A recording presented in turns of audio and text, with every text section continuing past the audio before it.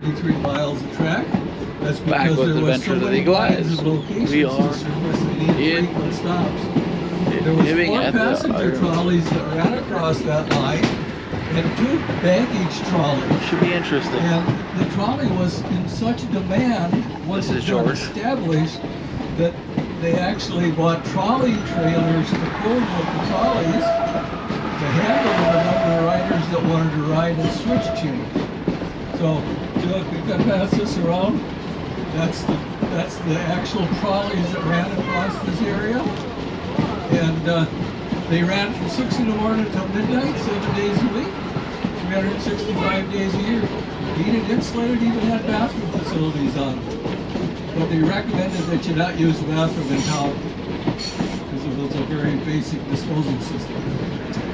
So as we go down the grade here, we're gonna be shortly stopping by a group of mined out hematite mines. Hematite iron ore was the first iron ore mined up here. Sometimes it's referred to as natural ore, and sometimes it's referred to as red ore. As we come down this grade and pass our Pillsbury station, you'll notice that the Pillsbury name is on that station.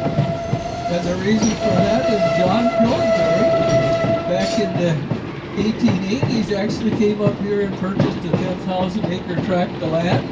And that's the same Pillsbury from Pillsbury Baking. And he bought it for the timber because we were full of mature red and white pine timber. And as the timber was logged off of Pillsbury's property, an acquaintance of his by the name of Russell Bennett, who has a park named after him, convinced John Pillsbury that he should probably look for iron ore on his property because in 1890 they found a large deposit of high-grade hematite over in the mountain iron area, which is about 10 to 15 miles east of here. And as a result, they formed up a partnership, Pillsbury and Bennett.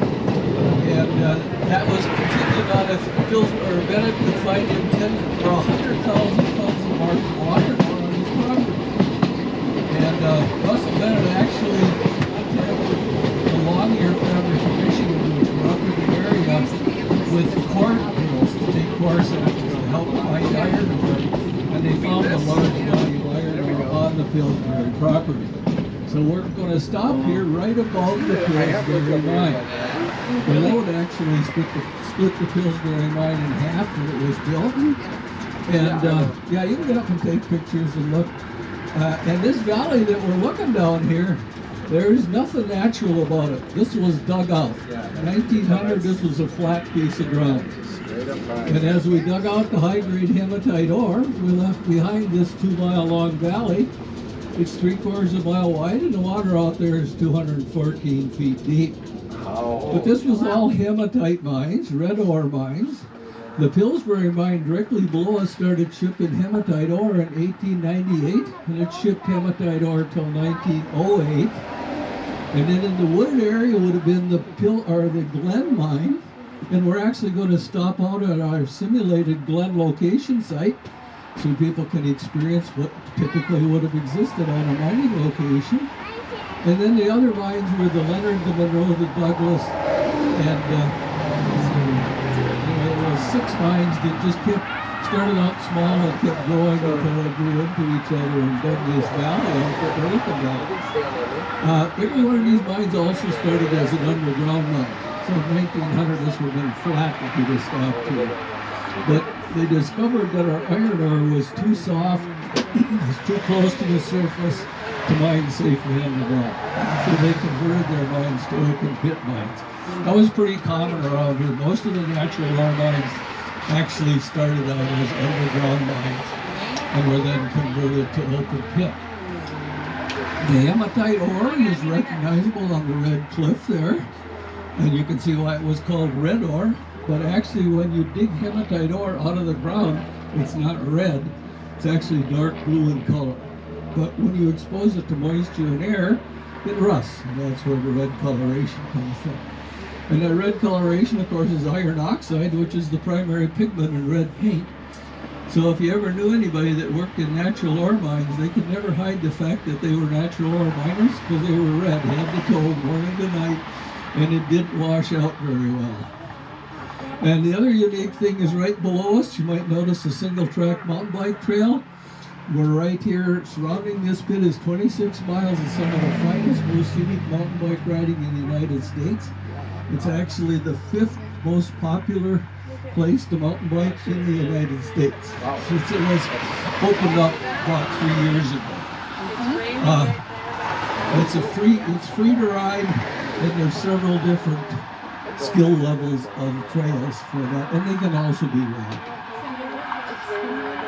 They do rent bikes in there, yep. And we do rent canoes and kayaks, and do have a shuttle that will take you to our private access on the Flower Mine Lake.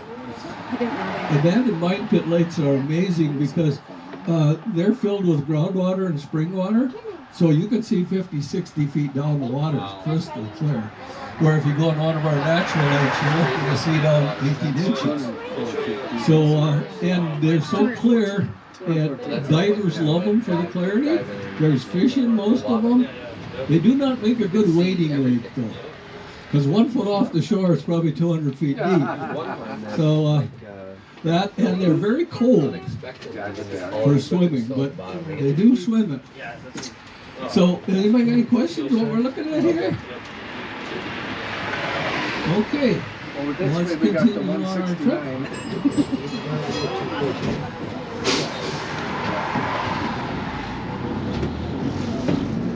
All these popple just grew up naturally. 30 years ago, this was just barren red rock. And once popple starts to get established, it's like a noxious weed. It grows and spreads like crazy. Just a matter of 15, 20 years, this will grow up. So we're going to get the only straight stretch of track we have on our trail, on our track line, about 2.5 miles. So Rich, you'll be going real fast. Probably the average speed was 18 miles an hour. I think the peak speed is as high as 45 miles an hour. Our track, we're 45 miles an hour. When we get to 25 miles an hour, you can see why that's all our speed limit.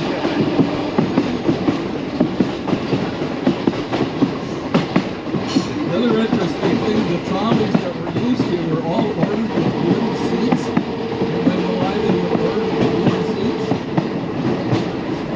Yeah, they don't get dirty. The red one straight them up so they can keep them later. This power line was actually moved only about 3 years ago because it was in the way. You don't forget, this line is right up to the road. That was where this power line used to exist 3 years ago. Xcel Energy had to move it over here. On the Iron Range, everything caters to mining, so if you're away from mining, you get all the way. This is our trolley barn. This is where we store and maintain both of our antique trolleys. And this is where Richie and I start our day here. We pick up the trolley here, bring it up to emissions where you board it. And our trolley barn is even a replica building. It's a replica of an 1890s steam locomotive repair shop that was used in the mines over by Milwaukee. You know, if you noticed the unique roof style, but the peak on the roof has a cupola in it, and you can open the windows up the top and get rid of the smoke and steam if you want to fire up the steam locomotive. We don't have a steam locomotive, although we did use a steam locomotive for 3 or 4 years, from about 86 to 90. That's why the water tower was there. Steam locomotive. And coming around to our left, we'll be able to look into our simulated glen location. We'll actually stop by the remnants of one location on the way back, but this is how we've set up so that you can see what typically would exist on a mining location. The water towers from 1910, it's the only wooden water tower left on the Iron Range. It came from the can of steel mine over by Bovey, and it's surrounded by mining equipment that would have been used for railroad mining back in the 1950s. Our rail cars here are an example of a loaded car, a loading car. Most of our ore in Washington could just be loaded into that 35-ton truck, brought over here, and loaded into the rail cars, and then was sent to the middle and then ships to all these steel mills. Keep in mind, we ran out of good high grade ore in the 50s, and we ran out of low grade tax. We'll talk a little bit about that on the way back. The shovel out there is like a powered shovel that has a 6-yard scoop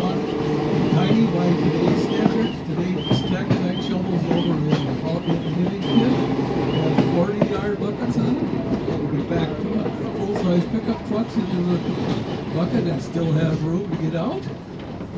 Now, a little bit about some of the buildings you'll see here on our simulated Glen location site. They're all period correct buildings. They are from that time period, but they didn't all come from the Glen location. The depot here came from the Wilton location, which was 6 miles south of here. And the Wilton location housed the workers that worked for the DuPont company making black powder for blasting in the mines. And beyond the depot is a railroad bunkhouse. Everything back in the day come off of the mines or moved around with rail. So rail workers were always kept busy adding new rail, moving old rail. So the railroad bunkhouse was always skidded close to where they were working. If you were lucky enough to be the rail foreman's wife, you got to feed everybody in the bunkhouse. Isn't that nice? Anyway, the large red building in the background is a boarding house. Locations were from as small as 3 homes. There was 3 homes on the Boeing location over in Hibbing. Our Glen location was much larger. It had 50 homes. But the larger locations actually had a boarding house. That's because most of our workers were immigrants from 43 different European countries. Most of them were bachelors, and most of them did not speak English. In 1910, Oliver Mining had 10,000 employees, and of those 10,000 employees, less than 200 spoke English. So you'll see our boarding house is called the Finn Boarding House. Boarding houses and saloons were quite often ethnic specific because of that language thing, but you didn't have to be a Finn to stay in a Finn boarding house. $2.50 a week would get you a room, 3 meals a day. They pack your lunch for work and they do your laundry. Wow, but the rooms were small. They had 1 bed in them, and 3 miners were assigned to each room, all working a different shift at the mine. So you were allowed 8 hours in the bed. When the 8 hours got up, you got up, and the next miner come off shift, crawled into that same bed in the nice warm sheets. Not because they came out of the dryer. Okay? And the Finn boarding houses were the most popular. Anybody know why? The sauna, yeah. A good Finn will always build a sauna before he builds his house or his outhouse. So Finn boarding houses were a little cleaner to stay in than some of the others. And then farther back on our location is a residence. If you came here with a family, you could rent a house at a location. They rented for $1 for every $100 the mining company had invested in building. So they're around $10 to $20 a month. And so we'll stay here for half an hour. So about 1:45 we'll reboard and finish our tour. If you have any questions, feel free to ask. And there is water in the depot. We shall see.